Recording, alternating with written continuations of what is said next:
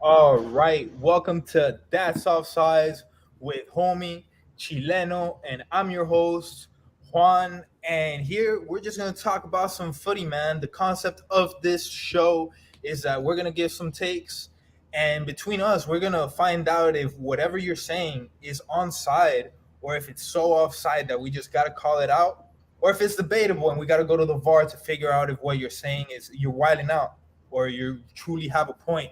So we're gonna get into it. This past weekend, a lot happened between the English Premier League, Spanish League.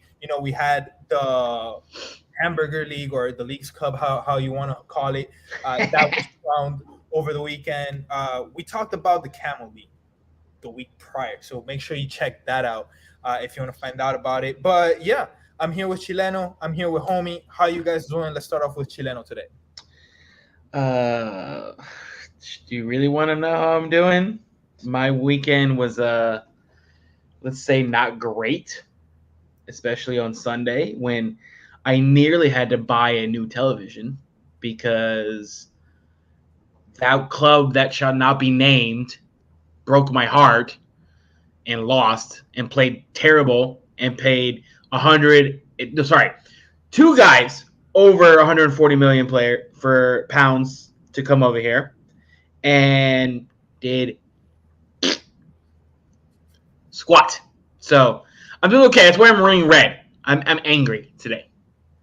Right, looking like orange, but yeah, I mean, Chelsea fan. By the way, if didn't know, I think you Yes. could already tell by the pain in his voice. And let's go over to homie, our Inter fan. It was a great weekend for me. I was kind of busy with work, but I got to see all my teams win this weekend. In terms of footy, so I saw Barca, saw West Ham dominate, and then Inter Miami took care of business as we struggled for most of that game, but it's fine.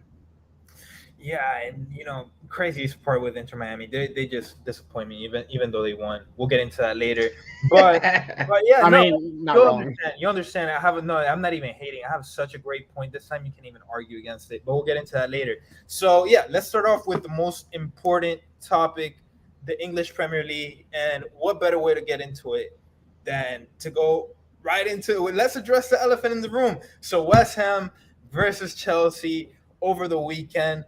West Ham put what I would say is a beating on Chelsea, 3-1. But this is a scoreline that is I mean, however you want to call it, it can be misleading in a way. The score is pretty bad.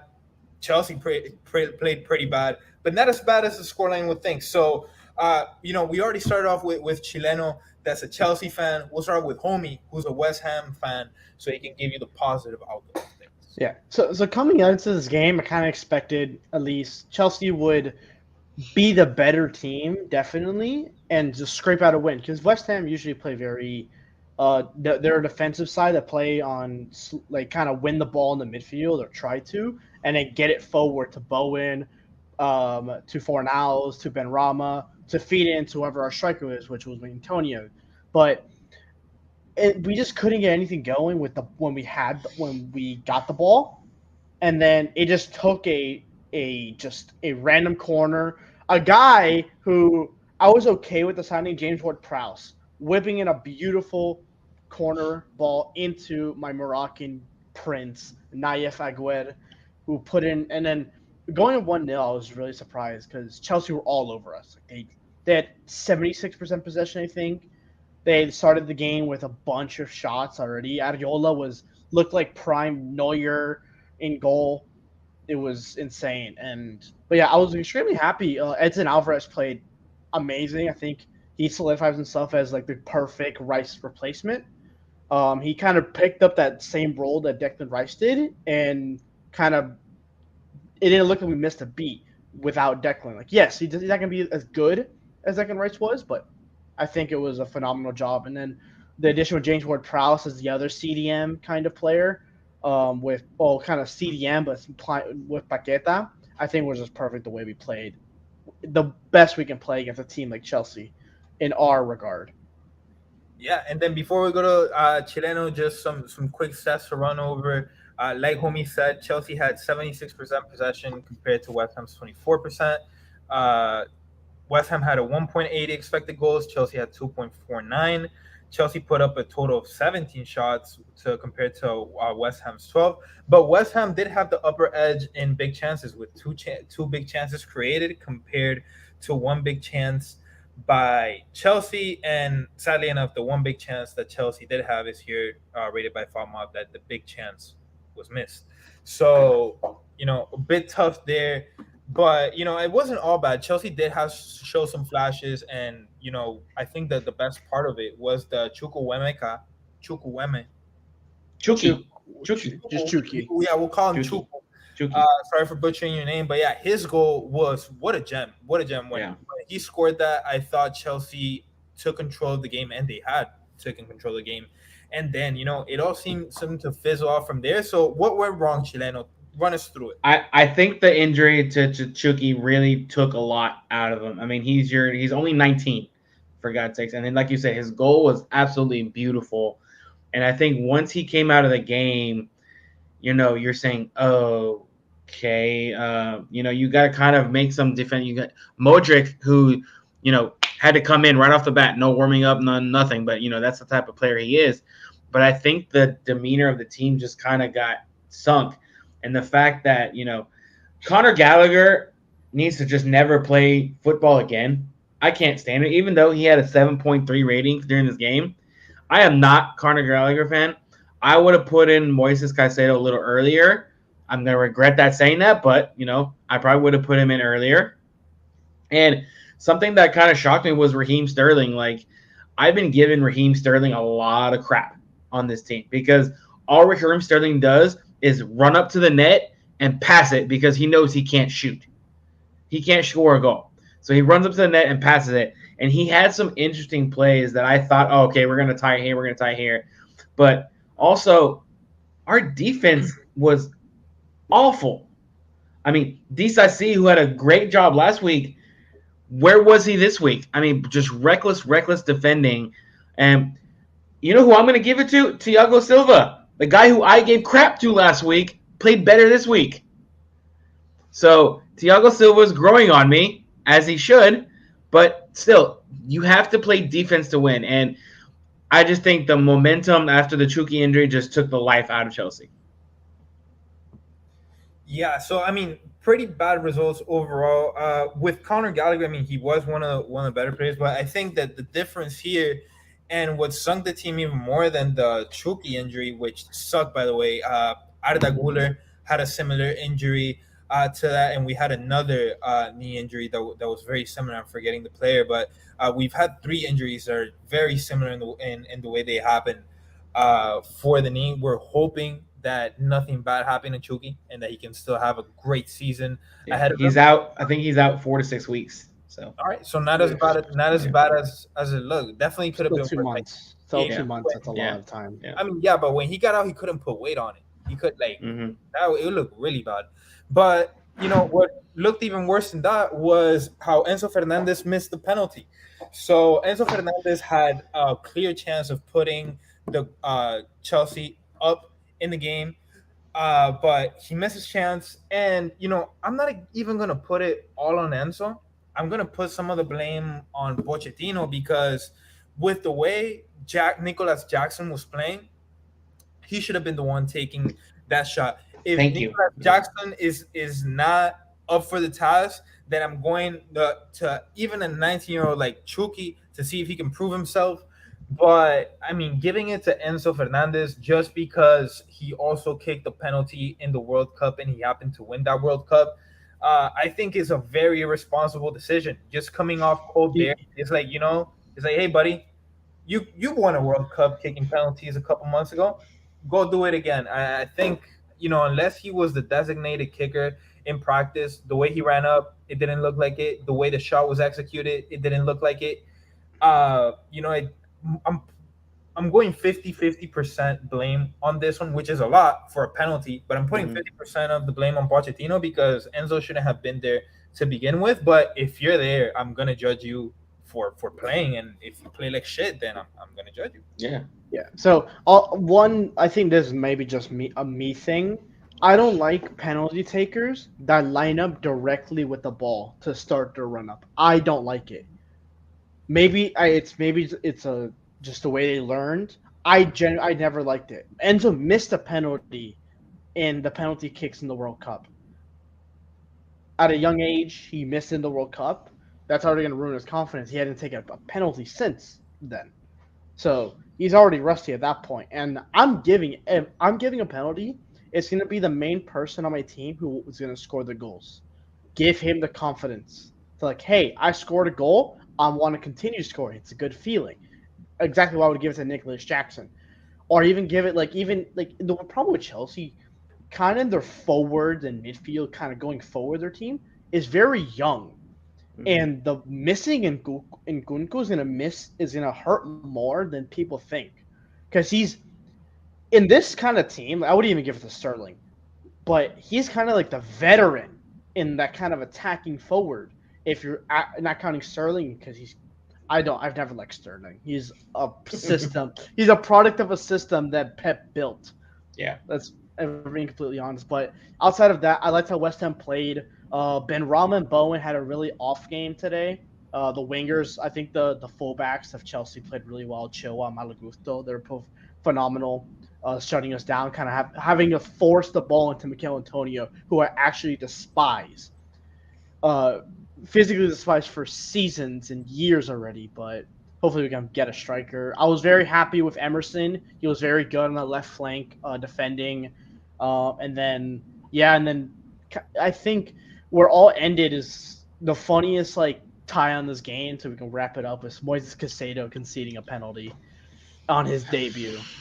I think that's kind of the perfect ribbon. Wow, what a crappy game that we just witnessed from Chelsea. That their new Wonder Boy signing is even showing up on this low of a level. Yep. No, so, I don't even have to say that's offside, because that's all correct. That is 100% all correct. So I'm not gonna say that's offside on that. And then Mudryk is posting cryptic messages on his Instagram, he's oh my doing god, something. No, wait, let me. But I don't even want. It's not even cryptic. So Mudryk, we saw this in the footy chat, in our group chat. Mudryk put a picture up of him. Of course, you're making it about yourself. With the song, is everything's gonna be okay? Is it by who? By Bob Marley? And I'm like, dude, it hasn't been okay for 8 months. What are you talking about? The team's falling apart. You haven't scored a goal, and everything's gonna be okay. No, everything's not gonna be okay. Everything's on fire. The building's coming down, and you not performing is a big reason why. Lastly, and then we'll move on from this game, but there was just so much that happened to this game, so much to talk about. So Naif Aguerd, he makes one of the dumbest tackles that you can make while having a yellow card. No debate about it. I mean, it's gonna be a yellow. Could have been looked at for a red if you really wanted to push it. Which, I mean, you can call me exaggerated, but just ask McAllister what happened to him. But yeah, I mean, he gets sent off in the 67th minute, so West Ham gets left with 10 men. And at this point, Chelsea is 2-1 down. You have 30 minutes to make something. Well, 23 minutes to make something happen. But they ended up adding 5 minutes. So yeah, you had almost 30 minutes to try to make up for it. But nothing happened. You put in Madueke. He did all right. Can't really rate him. Didn't have enough time to make a difference. And then he put Mason Burstow at the end. From Pochettino, it's disappointing. Pochettino wasn't my first option to hire as Chelsea coach. When they hired him, I kind of laughed. But then they had a good preseason. He had some good pressers. I'm like, all right, maybe make something happen. But I don't know. I'm not so sure. So that's West Ham versus Chelsea. Do y'all think it would be different if Nkunku didn't get hurt? Completely different, because he's the heart and soul of that attack. You're literally missing a secondary goal scorer and your primary playmaker. you're Like that's like taking Kevin De Bruyne out of Man City. Yeah.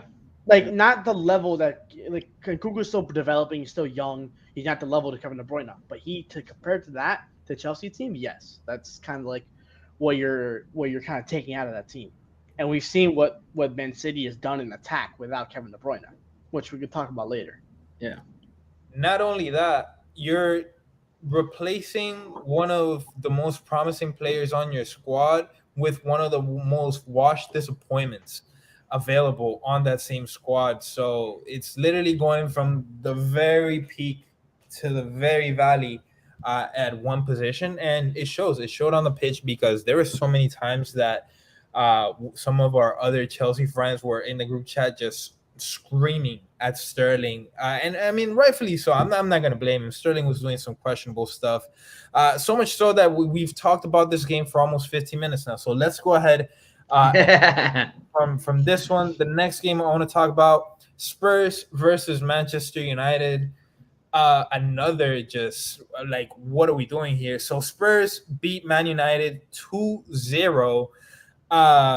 Goals from Sar at the 49th minute, and an own goal from Licha Martinez, La Pulga Martinez, and this looking tough out here. So who wants to start for this one? I'll put it free for all. Homie started last time with West Ham. Chileno, we'll start off with you. For Spurs versus Man United, did it go as you expected? Yeah. I mean, I expected a Spurs win, but I'm gonna be honest. Like when I was watching this game, like I think I got bored beyond. Like I was literally, I was downstairs watching the game, and I was like, okay, nothing's happening. I'm just fiddling on my phone. So I was like, all right, let me go upstairs. And all of a sudden, I hear a goal scored, and then I watch it. I'm like, it's not exciting for me. And I said, I was the one that predicted Tottenham to be near the bottom of the league. That was my hardcore prediction. I still think that's going to happen. But if you look at overall Premier League, this I know, but y'all give me that look. Push you're right on the line. Yeah. I wasn't very thrilled with the football that I saw this weekend from the Premier League. I didn't see anything. The only one team that did excite me was Brighton because I'm shocked at how well they're playing right now. But as far as Tottenham and Man U, I don't know. I have a bunch of Man United fans, and I was just giving them shit the entire time because I'm like, haha, you lost to a Harry Kane-less, Spurs team, and they're just like, we're still better. So I'm like, and then I had to remember that my team was playing the next day, so I had to watch my words because in case what happened, okay. But I don't know. I'll be honest. I watched the game on and off. I didn't really get the full thing for the game. Yeah, this was a more boring game, but we'll go to Homie. Homie, what'd you think of this one? Okay, so personally, I don't think it's a team. Eric Ten Hag seat needs to start getting warm. I don't care what they did last season. I genuinely don't care. We're in a brand new season, and we're still in a place where a player like Marcus Rashford, where he thrives on the left wing, is still being played at striker. We are still forcing him to play striker. He thrives on the left wing. I understand maybe you don't have a striker. At least try Martial to start a game. At least try it. He's shown promise. He's shown that he can do it in the past. Just try it. You have to try things different. Garnacho is obviously struggling. He's a little too early in his time. I thought, yes, this season he would break out, but over the course of the season where he gains confidence. But just throwing into a pit of fire this season was just not the move.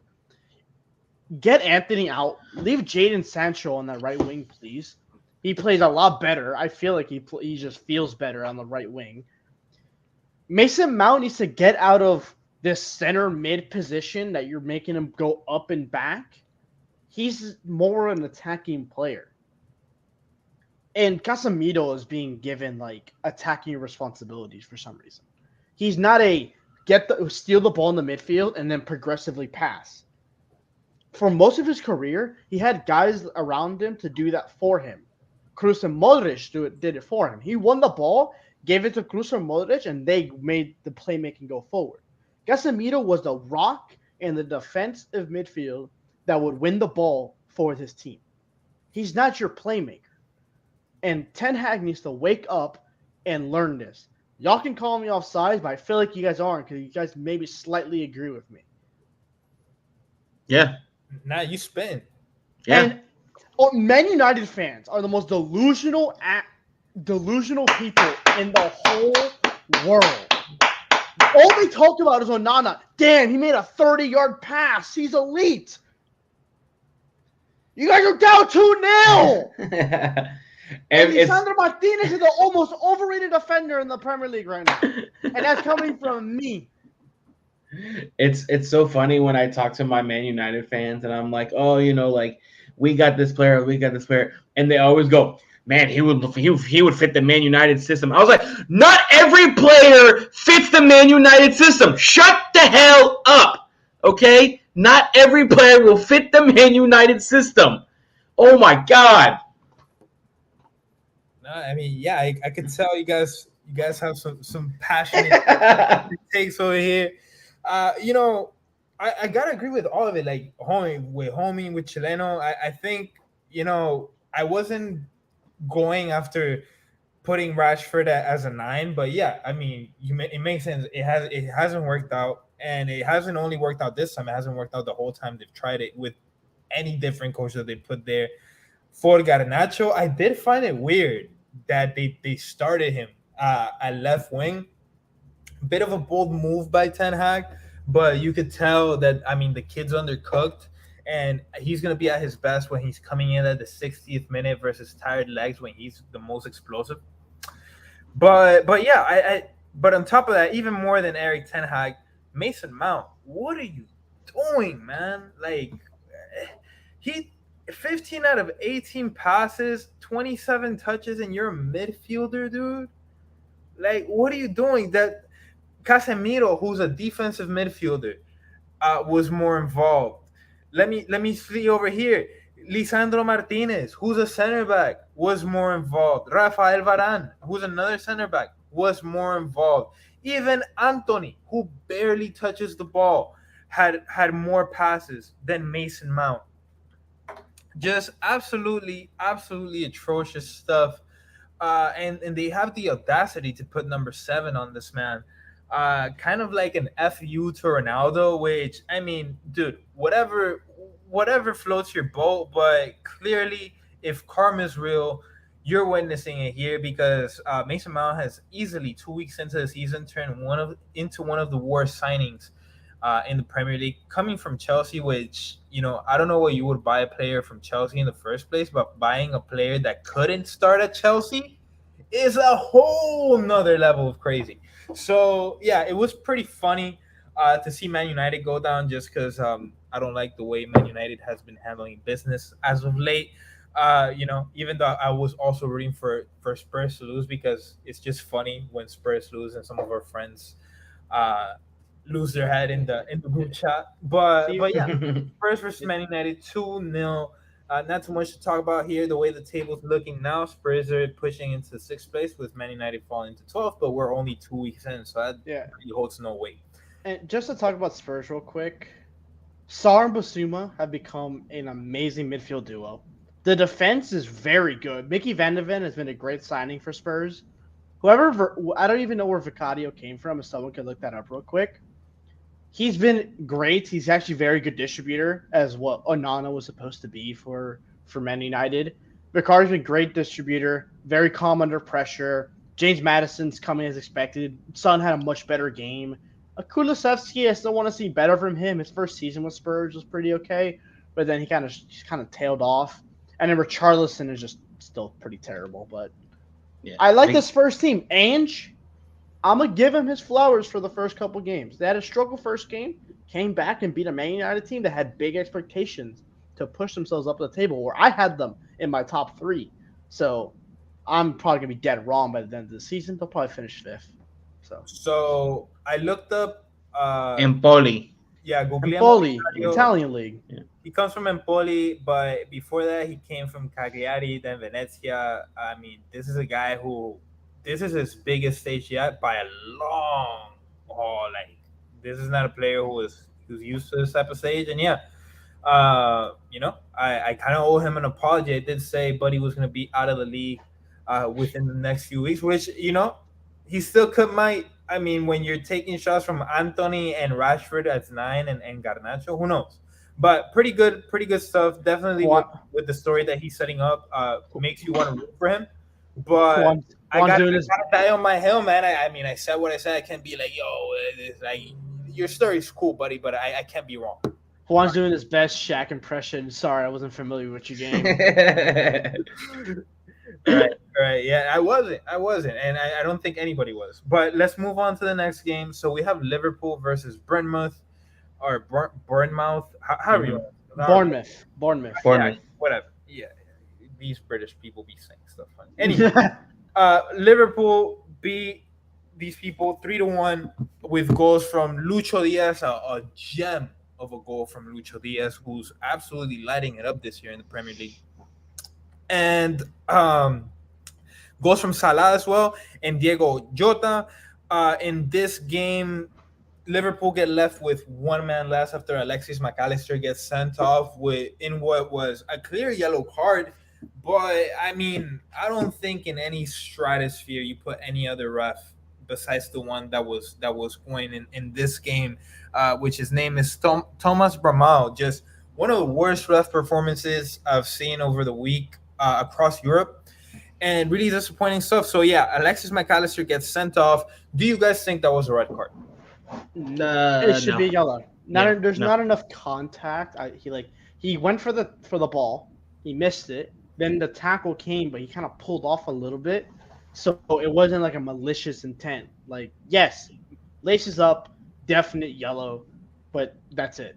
That's the max it goes. And I know they pulled back his 3-game suspension today, so I'm agree. I don't think that was a red card at all. No, Do we know what they put it down to? for a suspension, I don't. I No, think it's no, just they one game? just reversed the red card basically. He's Yeah. not going to serve any suspension. So he's playing next week. Yeah, he'll be back. So Because- that just puts it into perspective. The Premier League knows they messed up, and we had a problem with refs last season. I complained about refs last week, and I'm complaining about refs again. We're 2 weeks into the Premier League, guys. What are we doing, man? Like, come on, this is the biggest league in the world. I don't know, Biggest Juan. I league- think this is like ref's prime form. I don't know what you're talking about. This is like normal. Like, I don't know what we watch La Liga every week, bro. Do you Oh, think it's I'm not used to this. This is the thing. Like I when I grew up, it wasn't like this. Like people did their refs have always sucked, but not this bad. Not this bad. It's different now. But I mean, let's talk about the game. I don't want to talk about the refs too much. So for this one, I think Liverpool played a really great game. I mean, Did you? Well, hold on. That's offside. I'm calling that right now. Where's the flag? Yeah, that's offside. Okay. Did you watch the first 15 minutes of the game? they got the dominated? first 15 minutes. It doesn't matter. They played. You said they played a great game. You said they played a great game. The first 15 minutes, and excuse my language, was dog shit. The first 15 minutes was absolute dog shit from Liverpool. Some of the worst football I have ever seen in my life. I was like, oh my God, Bournemouth's about to put up 5 on them right now. That was the worst style of playing I have ever seen from Liverpool. And then Salah missed the penalty and then got the lucky bounce back. So you talk about great play? No, not at all. The second after that, yes. But the first 15, 20 minutes, no. This is a great point for me to say. It's not about how you start; it's about how you finish. And in this time, Liverpool finished with 3 points and 3 goals. Yes, Salah missed, which by the way is worrisome. This is the second time that Salah has missed versus Bournemouth, and he did get that lucky bounce. But I think the player that's gonna break out for Liverpool this season, and I promise you, I'm not being a homer just because I'm Colombian. Lucho Diaz, man, this guy's something. He's good. This guy's something else. And in my opinion, I think a player like this has the humility and the work ethic to become the player that James Rodriguez could have never been. And James Rodriguez could have gone down as the greatest Colombian talent to ever lace him up. And some will still argue that, and that's fine. You can make that argument. But it would have been undisputed if the kid just put in the work. But he was late. Anywho, Yeah, Lucho Diaz is going to carry Liverpool this season. Absolutely incredible performance. Diego Jota also coming back into the zone. One man of the match, scored a goal. And I don't want to praise Liverpool too much because they're beating on a team that's going to be facing relegation and most likely will be relegated this season. But they're playing really well. Alexander Arnold still has some things to clean up. But I mean, the way that this team came together after losing a man and still coming out of there with the 3 points versus a complicated rival. For some reason, Bournemouth has just given Liverpool tough luck. The past few matches, especially that last game, they went out and they lost 1-0. But yeah, pretty good stuff overall. Alisson Becker start off. Yeah, that was part of the first 15 man. Alisson Becker, I don't know what he's been on lately.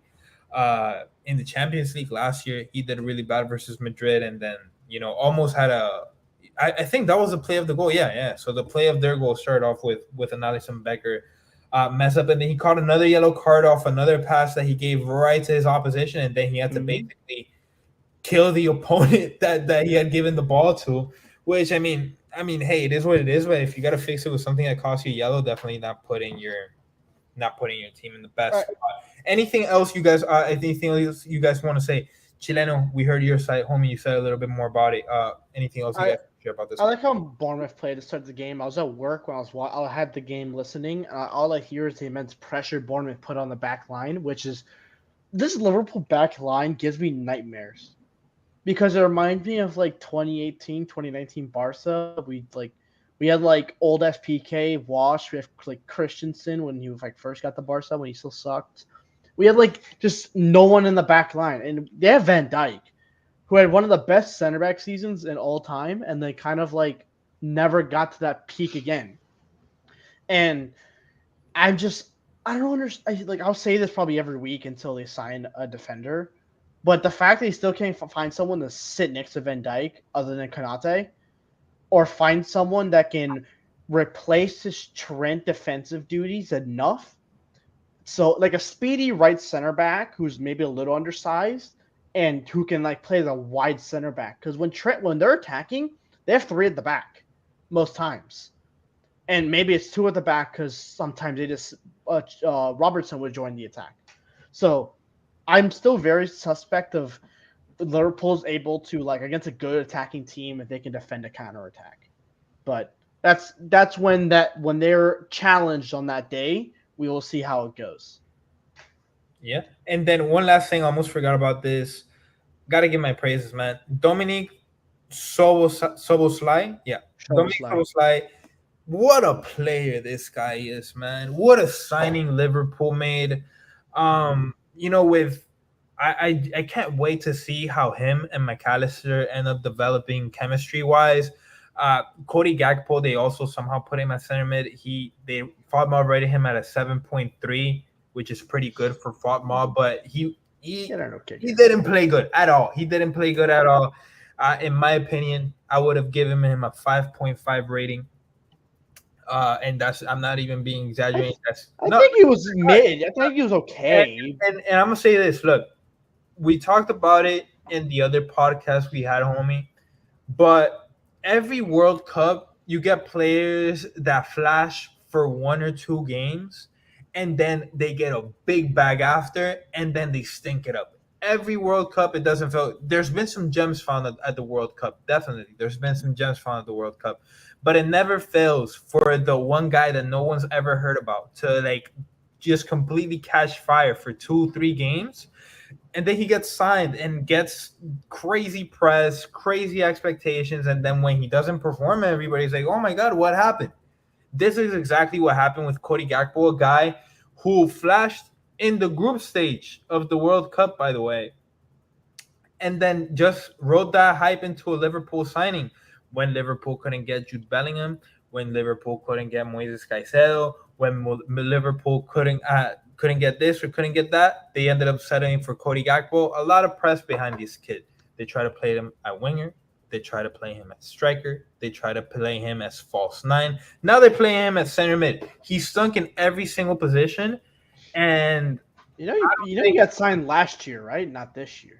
what? Gakpo. Gakpo got signed off the World Cup. Yeah, exactly. He got signed last season. I don't know why you mentioned Caicedo in them when they were not linked to Liverpool in January last year. That's the only player that wasn't linked to Liverpool. Just let me cook. All right? I'm just saying names here. But you get what I mean.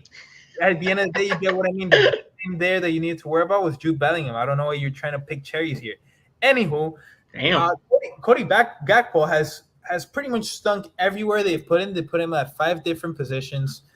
And he stunk everywhere. I think they're gonna try him at right back soon if he doesn't put up his act. But yeah, Liverpool's a really great team, really great coaching, good players. I'm not convinced by the way they're trying to make this kid work.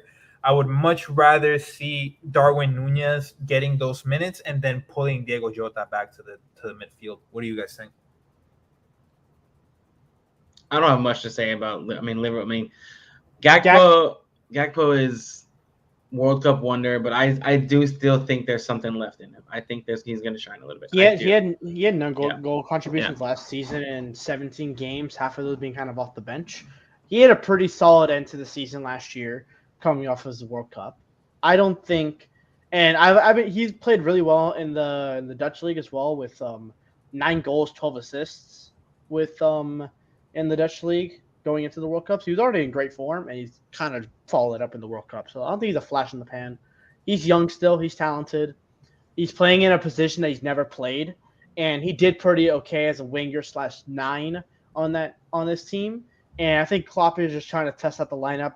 And the emergence of Lucho Diaz is kind of going to be a little more tougher for Gakpo, but him off the bench would be a very good substitute for Liverpool once they get their DM, which, if they're ever going to get a DM, we're running down in the transfer window. We have like 9 days left, so we'll see how Liverpool kind of move forward. All right, so one last thing, and then I'll let go. We'll move on to the next game. So look, Cody Gakpo's too slow to play winger. He can't. I agree. He can't really finish, so he can't play striker. His touch is not that good, so he can't play attacking midfielder. And now they putting him at center midfield, and he clearly can't read the tempo of the game to try to pull the strings. They're trying to teach him. Where do you put him? They already tried to put him on the wings last year when Lucho was hurt. And he played pretty okay. Pretty okay isn't Liverpool standards, bro. Pretty okay gets you in the championship. Pretty okay is not Premier League football. Okay. It's not Premier League football. And that's all I'll say about that. Let's move on to the next one. This one will be quick. Man City versus Newcastle. Not much to say here. Pretty much overall bad, ugly football. Phil Foden had a really good game. But, can you feel the difference with no KDB in that Man City squad? Just looks like a completely different team.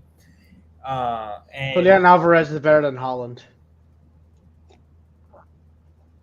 Who? Julian Alvarez. He's better than Haaland. Right now? Or overall? Overall? Right now or overall? I just said my statement. Y'all can... The fact y'all didn't instantly go against me is you have a doubt in your minds. So I'm just going to leave it there up in the air. You interpret however you want. The way I saw this game... I like what I'm seeing from Julian. Haaland needs KDB. He needs him. The way the system is played, he needs KDB. That's it's an interesting way to look at it. It is only the first or second game with no KDB. More time, but you make an interesting case. I'm not going against it because it's like usually I would, but this is a take that is hot now, but could be common by end of the season. Especially KDB. You could get your win at least for a season. You could definitely say maybe if De Bruyne comes back. We'll see, but at least for this season, I think you definitely got a case. So, because how long is KDB out? He's out a few months, right? Yeah. So, and Julian's been playing pretty okay in that CAM role. Because he's kind of playing that 10 role that he's trying to fill in a little bit, learning kind of the ropes. And I think the way the system is played is just not going to help Holland at all. Like, yes, he's going to get his goals eventually, and once he kind of adapts, once Foden is great, Grealish has had a slow start. I think he's still pretty drunk off the Champions League final over the summer. So, I think Man City will be fine. They'll figure it out once KDB comes back. I think maybe I see them because they're linked to. They just signed Jeremy Doku, the Belgium guy, and he can probably fill a nicer role on the wing Football as stud. well. So okay, we know Juan. We know. God, when Real Madrid spent like 150 million, it was No, like nothing. no, But they weren't supposed to get him. Like, why? they got him. They need depth. What? Man City's depth kind of gone. Like, where do they get this?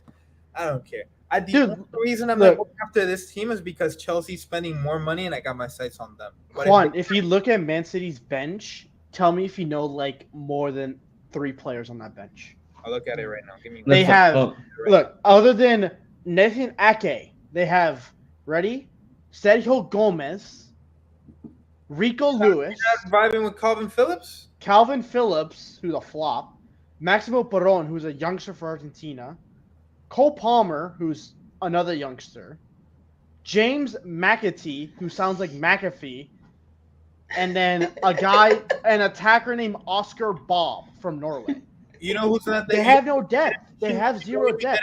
No, that's offsides, buddy. You're trying to. That's offsides right there. You better put that flag up. That's offsides. You know why? Because you didn't mention Bernardo Silva, who's didn't play and is not on the bench because he's only out for a few days because he's sick. You're not mentioning John Stones. That's another bench spot that would actually be starting. Would be putting one of those butts that's starting in the midfield back on the bench. He's going to be back in a few weeks. Kevin De Bruyne is out for but you failed to mention two key players from that. But what I'm trying to say, they still lack a little bit of depth. Like, yes, Bernardo Silva's going to come in, but yes, he's going to play CAM with Julian Alvarez or on the wing. But that's only one spot they're filling. I think trade-off, homie. If you're gonna be that strong up top, you're gonna lose some depth. How are you gonna tell me you're gonna get that strong up top, and then you still have Bernardo Silva and John Stones coming back, and then you get another winger with a lot of promise that could easily turn one of the best wingers in the world in the next few years. That's what I'm talking about right now. Once they get healthy, because I don't know how long John Stones is out. I don't know how bad his injury is. He's out. He's gonna be back by the end of next week. There you go. So they have their defensively they're back, but they still like up front they're missing a little bit. Like, don't you understand that? Their depth won't be fixed until KDB comes back. Let's be honest. All right, we'll agree to disagree there. So we'll move on. We'll move on from here. Just gonna run over some other scores here, and then we'll go over to Spain. Some Brentford beat Fulham 3-0. We also have Nottingham Forest beating Sheffield United 2-1. Brighton put another beating Wolves 4-1. Wolves, which by the way will be relegated this season. And then we also had Aston Villa 4 versus Everton 0. Nothing to see there. All right, so let's go over to Spain. So in Spain, I'll start off with my team. So Real Madrid started off with another win, another masterclass performance from Jude Bellingham. And I'm fine with the entirety of this segment just talking about Jude Bellingham. And I'm going to go to my hottest take off rip. Jude Bellingham is Zinedine Zidane. Scratch that. Jude Bellingham is better than Zinedine Zidane at the same age and will be better overall than Zinedine Zidane. I want you to just let that marinate, because I'm not saying that just to have a hot take. I'm saying that because I really believe, and not only me, no matter how the most respected analysts have said it, the most controversial analysts have said it, everyone's coming together to formally agree that Jude Bellingham is the next great talent next to the Kylian Mbappes of the world, next to the Erling Haalands, which is a little bit questionable now. But Jude Bellingham is up there, and he's up there now, and all that needs for that to be rock solid and not debatable is for him to have more games under his belt. But the kid is just world class at 20 years old.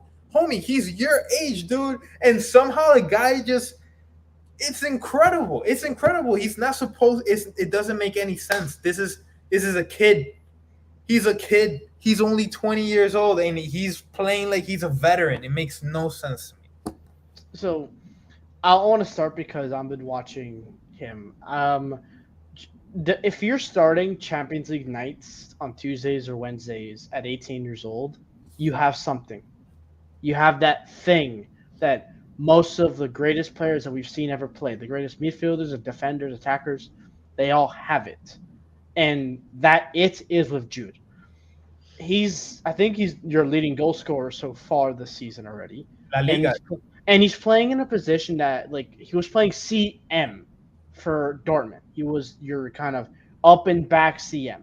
He's playing as a basically like shadow 9 if you want to talk about it. He's playing CAM but also a 9 at the same time with kind of this weird 4-3-3 4-1-2-1-2 like hybrid formation. It's very weird to see.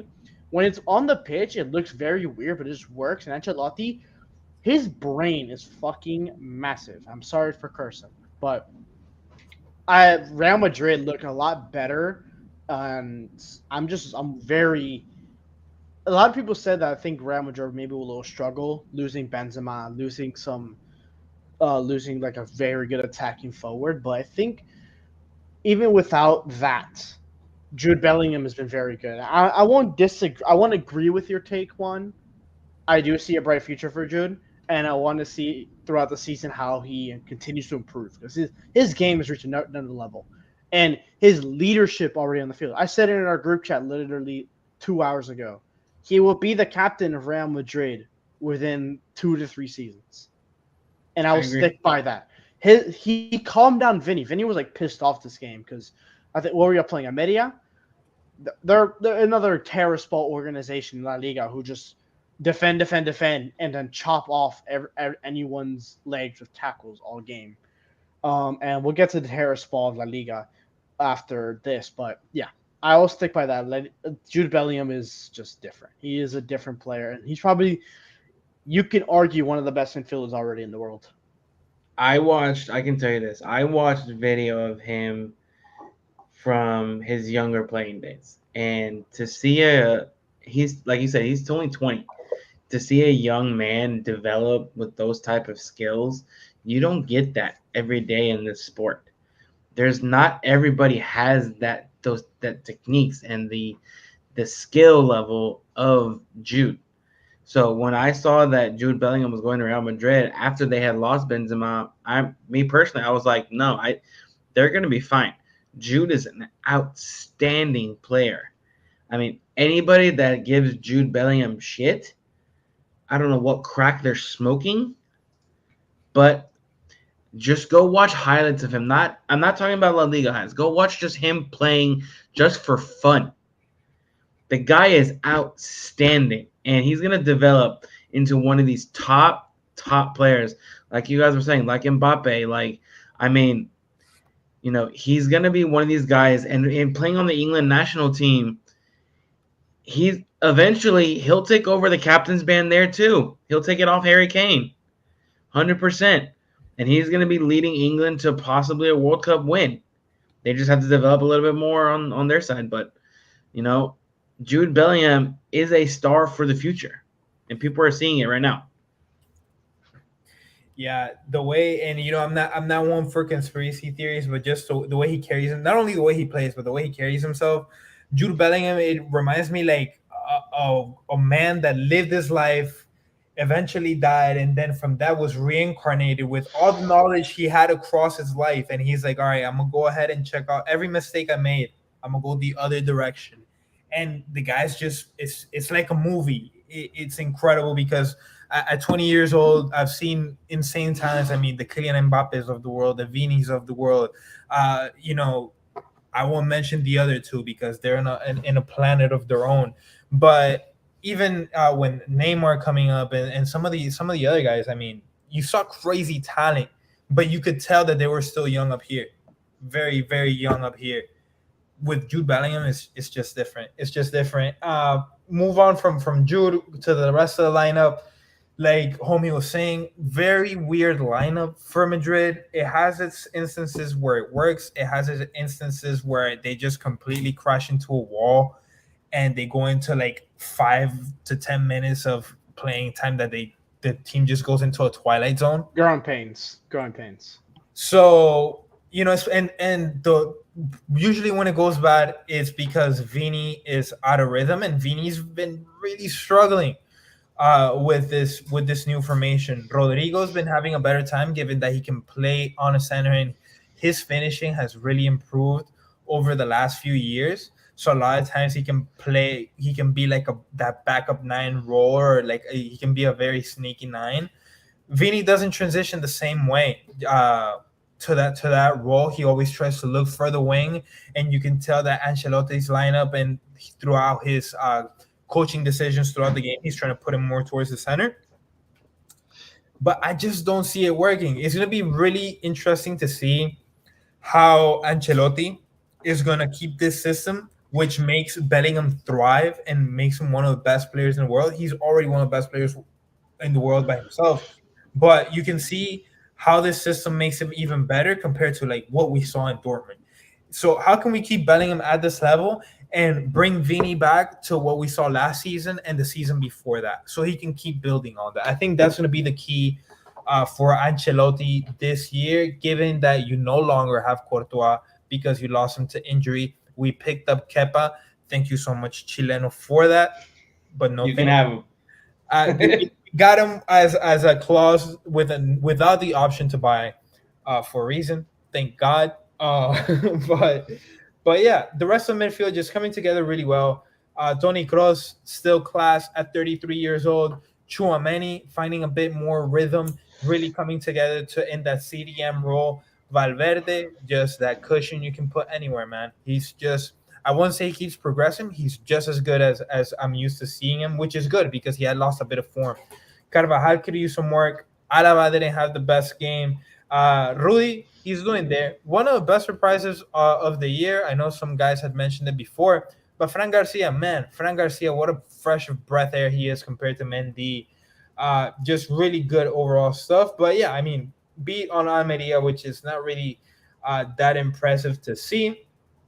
Some other scorelines from La Liga on Saturday with Real Sociedad tied versus Celta Vigo. Athletic Club beat Osasuna 2-0, getting revenge for the Copa del Rey. And then we're going to go over to Barcelona. So Barcelona won 2-0 to Cádiz. That's a football team, ladies and gentlemen, for those of you who didn't know that. So, yeah, they beat Cádiz. I mean, homie, tell us about that. So, if you want to know what it feels like to play against two terrorist ball teams in a row, just look at the first two games Barcelona had to face. Getafe and Cadiz, who both employ the 6-4-1 formation. The keeper included is as a center back, basically. 6-4-1, if you want. It's just, I hate it. Cadiz was getting away with fouls. We were constantly getting absolutely robbed on fouls. Cadiz should probably have 2 men sent off all game. But again, Lewandowski just doesn't look himself for most of the first 60 minutes of the game. We tried putting our hopes and dreams on Lamine Yamal, who's 16 still, younger than all of us in this call right now, and he got a good game. It's just we just lack something that I can't put my touch on. I can't figure out this team is good enough to be good, but we just can't break down teams. We lack someone who's just technically gifted enough to break. We need literally someone who can get the most out of the players. We had the opportunity to get them. We just didn't want to offer because we didn't have money. But we don't have anyone technically gifted to break down these low block teams. We can't get in behind them because they have 6 defenders on the 18-yard box, making the Great Wall of China. And it is just frustrating. Defensively, we were fine. Ter Stegen's still one of the best keepers in the world. He's probably the best, in my opinion. Up there with Courtois when he's healthy. Up there with And I think it's Courtois and Ter Stegen, the best two keepers in the world, probably, in my opinion. I don't know who else I really would put up there between them. Koundé was great. De Jong played center back today because Araujo was slightly injured and tired, and he put in a masterclass performance. Gundogan was our best player. He was getting the ball from the defense and pushing it forward, but it's just I don't like Gavi still. He had a solid game. Pedri, and then we finally broke him down after 80 minutes. In the 82nd minute, Pedri finally got in and scored.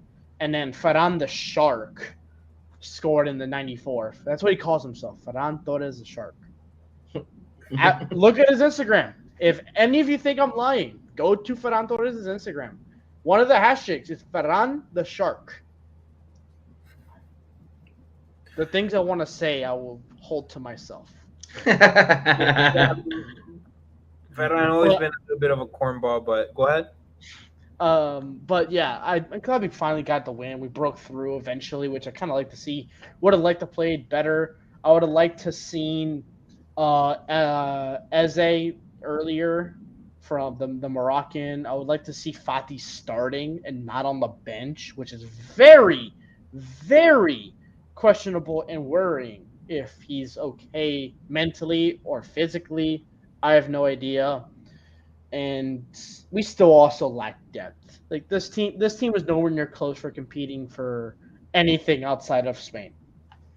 Anytime soon. Not close.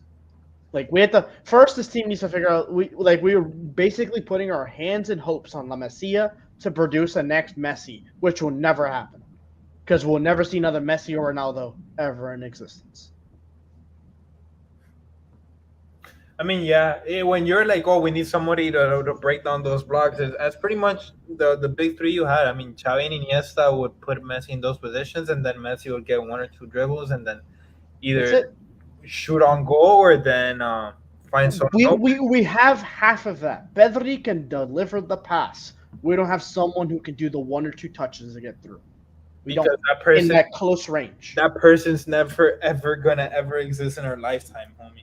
Yeah, exactly. And it's like was Madrid trying to replace Ronaldo the other day. They're like, oh, Vini's so good, Vini's, and then somebody like brought the stats of like Ronaldo the first few years of Ronaldo compared to Vini's, and then they also compared Ronaldo at the same age compared to Vini.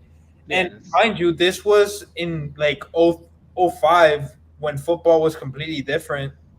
Way more defensive ball, much where you could put an elbow in someone's face and not as many goals being scored, and the numbers are just stupid. We're never gonna see everything like that, and that's why even when I was talking about Jude, you don't mention the other two. You don't mention those two because that's impossible. Conversation between them two, and it's forever gonna be them two, and that's it. Like not even Neymar. If Neymar can knock on that door. You have to really be an OG to remember the days when it was them three, but it didn't last that long. Once injuries, man. Neymar went to PSG, he faded off the face of the earth. It's not even that. If he could have went to PSG and be successful. He didn't take care of himself. The amount of work Messi and Ronaldo put into their bodies to take care of them, to stay away from injuries. How long did Messi and Ronaldo go injury free? They went injury free for season straight. Yeah, they and the most they would miss is maybe a few games, and in those few games it was like before the crunch time when they like okay it's late in the Champions League, late in that Liga push, Copa del Rey semis and finals were coming up. They were there for their team all the time, and we would never see it again because these players, the rotation, like these guys dominated for 20 plus years, and people will never understand that. But enough about those two. I'm just worried about Barca in the long run. I think we'll be fine in La Liga. I think we'll finally get the knockout stages of the Champions League, but we'll probably get knocked down the round of 16. If we're lucky with our draw, maybe the quarterfinals. All right. So that's my realistic kind of expectations. That's a good way to put it, even though I think they'll have a good year this year. So all right, that was pretty much Spain. Some other score lines we had on Sunday were Girona 3-0 versus Getafe, and then Real Betis and Atletico Madrid tied. We head over to Italy, just going to run over some of these scores. If you guys want to talk or mention anything about these games, you just stop me. we had Hellas Verona beating Empoli 1-0. Napoli beating Frosinone 3-1. Napoli still on that run. Fiorentina beat Genoa 4-1. Inter started off with a win 2-0 versus Monza. I thought it was a goat. Brace. What a legend. Yeah, definitely. This was the first. Yep, this was the first week of the Serie A, so Italian football is fully back. Head over to Sunday. Let's see what else we had. Roma and Salernitana tied 2-2. Atalanta. That game was very. Mourinho did not like Roma and Mourinho could not get like anything going that game. They really struggled. Yeah, I mean, Roma overall is just they're used to playing ugly football. I mean, they made it to the final in the Europa League playing just like 0-3 defensive football. Yeah, but But also Belotti is timeless. If anyone remembers prime Belotti, like 2019, or like 2020, like his like 20, he would like drop like 16 to 20 goals in Serie A, and it was amazing.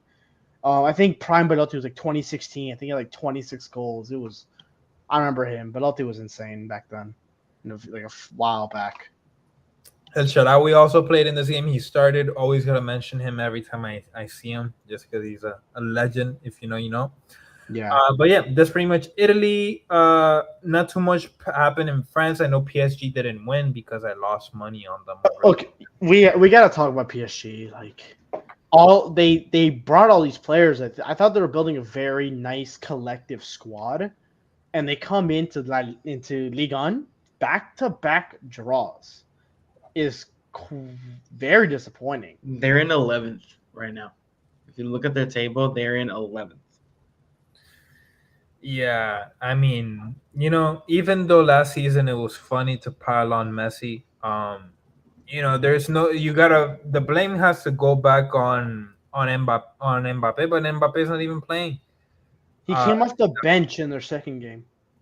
Yeah, and he didn't. Same in the first game, and he came in the 51st minute, scored a goal, 8.1 rating. I don't know. He's coming off the bench, man. I'm not even gonna put the blame on Luis Enrique because Luis Enrique is just a puppet in all of this. It's just crazy politics with Saudi money and corruption and just very, very nasty stuff that we don't even understand. And you at home watching, you don't understand either. None of us know some of the shady stuff that's going on with this team. PSG just one of the shadiest teams in football. But yeah, the rest of the league we don't really care for. There was some cool games in Germany, like Augsburg time with Mönchengladbach 4-4. Bro, if you are watching the Bundesliga at all this season, you are missing out on like beautiful football. I've watched the highlights because I was busy. Augsburg and Borussia Mönchengladbach went back and forth. 8-goal thriller, 4-4, absolutely prime attacking football. I love the Bundesliga for this type of stuff. They have the wildest games that we will ever see. The craziest storylines, some of the craziest goals, like as well. So yeah, and that wasn't the only one. We also had Leverkusen beat RP Leipzig 3-2. VfB Stuttgart put an absolute beating on Bochum 5-0.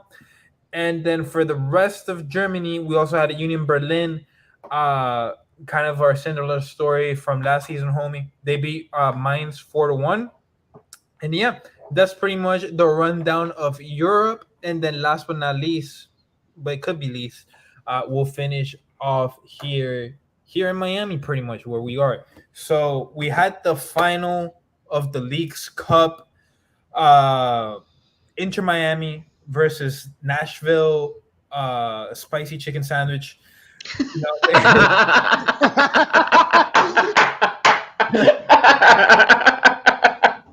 So get serious, guys. I'm being serious here. So this game ended up going to you offside. Stop talking. I know you're hungry, Juan. I see your Twitter feed. All the scran reply. There's a lot of scran out there, man. A lot of good scran out there. But yeah. So Nashville and Inter they tied 1-1.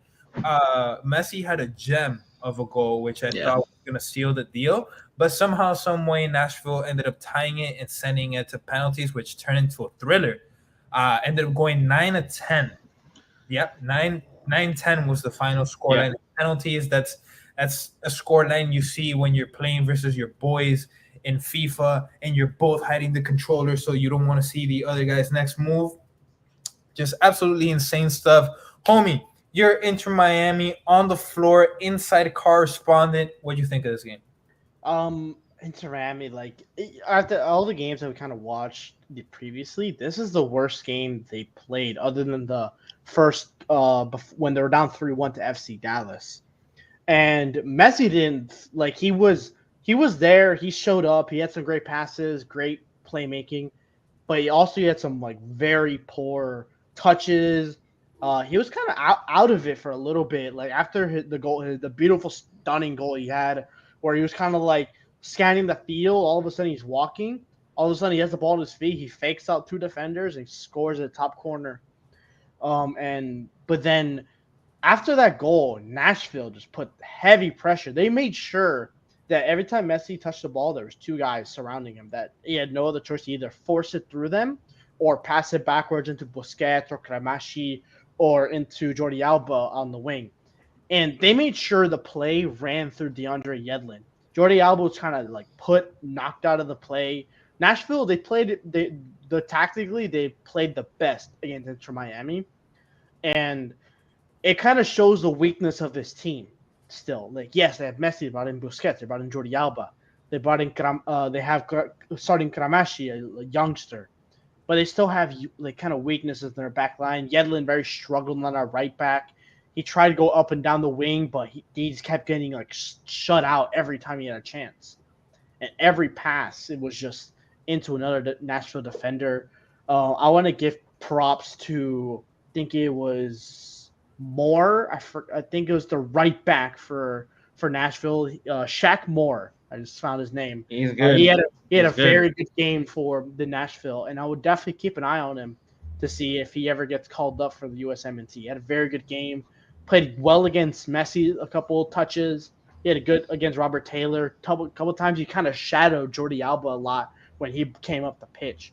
And then Nashville eventually equalized with a very messy goal. Funny, say messy there. And that kind of parried off from the defenders, kind of parried off Calendar into the goal. I think it went down as an own goal, or did it count as a goal for a Nashville player? It came down as Picoult. I forgot. I don't know who their left winger, Fabrice Picoult from Haiti, who got the goal awarded to, and then went straight to penalties. But I want to. Fafa. Yeah, he used to be on Dynamo. Yeah. How did you guys feel about the game? I think the team struggled. The team was not where it kind of was in the previous rounds. This is my question for you, homie. So, now that Leagues Cup is over, okay, now we're going into MLS play, okay? Getting a little bit sidetracked from talking about the game. And do you believe, now that Inter Miami is 15, you said 15 points down or something like that from the last... 14 from the playoff to get... From the playoff spot, okay. Do you believe, okay, you look at Messi's play against MLS team, the Major League Retirement League, okay? Give me right. MLS is a joke in my opinion, okay? Yeah. All right. Messi versus them on a bad day plays better than a top MLS team on a good day, okay? So my question is, does Messi play every single game the rest of the way for Inter Miami? Or is he like, oh, I just won you guys this League's Cup. I'm just going to play a couple games throughout the rest of the season, and then we'll restart again next year. We'll probably win the league. He's staying fit for Copa America, so he's going to keep playing. He knows Copa America is around the corner next summer in 2024. He's going to stay fit for Argentina, and he still has his goals for Argentina. He hasn't publicly said when he's going to retire. He said he'll stay playing a few more games. Huh?